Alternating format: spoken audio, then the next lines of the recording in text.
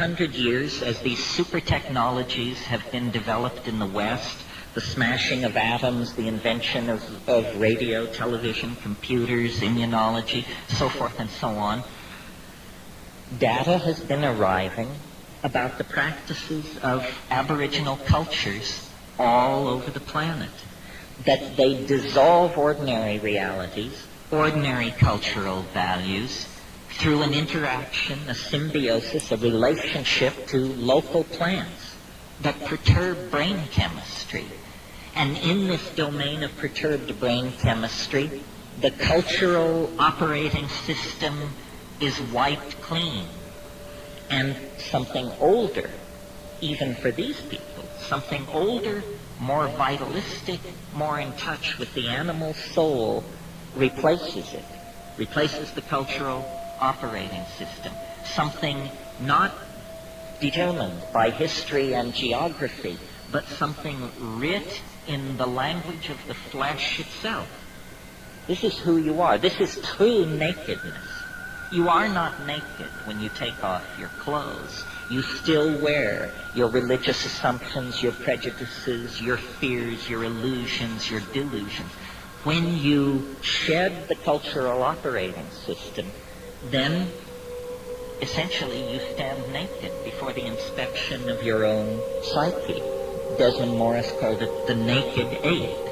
And it's from that position, a position outside the cultural operating system, that we can begin to ask real questions about what does it mean to be human, what kind of circumstance are we caught in, and what kind of structures, if any, can we put in place to assuage the pain of the system frequently. And it's fragile.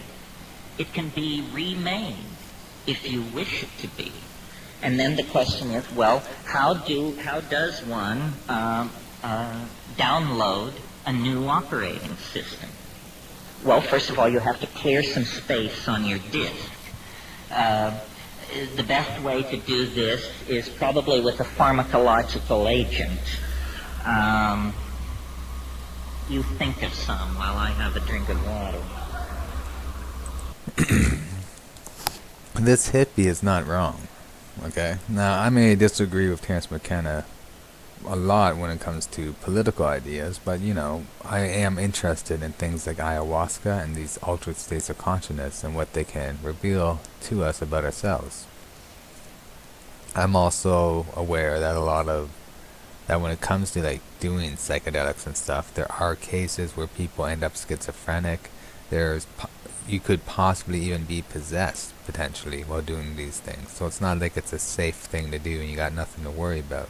It has to be done, you know, a very specific way. And some psychedelic plants should probably just be avoided altogether for all I know. But when he talks about like the culture being your operating system, people need to understand that your culture is your operating system, okay? And the majority of people out there do not pay attention to like political YouTube channels. They don't listen to facts over feelings type thing. And people who believe in facts over feelings need to understand that you're losing the culture war. Like you think you're winning this whole information war, and sure you might be. But at the end of the day, they're the ones who have like Saturday Night Live and these late night talk show hosts and all these comedy programs in Hollywood and the music industry. They are creating the culture. And the majority of people are tuned into the culture, not into political arguments. They're not watching political YouTube channels or anything like that. They're watching like PewDiePie or something like that, okay? So if you're not creating culture, you are going to end up losing this, because of the fact that most people don't actually pay attention to these rational, logical arguments. Most people just watch movies, play video games, listen to whatever entertaining, sexy celebrity is on TV at the moment. Like, that's what they pay attention to. So if you're not the ones creating culture, then your message falls on deaf ears when it comes to like the majority of the population of people. So unless you start creating like music and creating culture, then you're not actually going to be able to turn this around or counter anything, right? And there is some culture being created. Like let's see, there's some rapper. I don't even like rap music, but this guy has a lot of sort of anti-SJW type raps. But ultimately, we're not like, and he's has like, you know, over 1 million subscribers and everything. So it's not like there isn't need for it. Like there is a demand for culture, but nobody on the right wing is really creating culture. They're more just making memes and engaging in political arguments, but not actually engaging in the creation of art, music, television, movies, comedy, you know? They're not actually creating alternative culture, okay? Sure, there's alternative Twitters, you know? There's alternative Facebooks, alternatives to YouTube, but there's no alternative culture. You got alternative news channels. You don't have alternative music channels. You don't have alternative cultural channels. You don't have alternative comedians, really. You know, those are a big minority. They're a tiny minority. Of all the comedians out there, you might get like 3 who are right wing if you're lucky.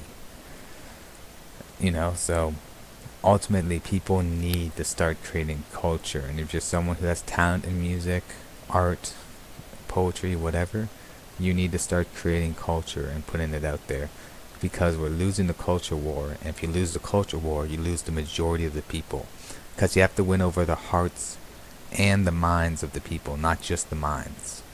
If you go after the mind but neglect the heart, then you're not going to win over the people. You have to win over their minds and their hearts. And the way you win over their hearts is with culture, okay? So don't be afraid of actually creating content that might even be emotionally stirring, you know? Because you need to speak to people's hearts, not just their minds.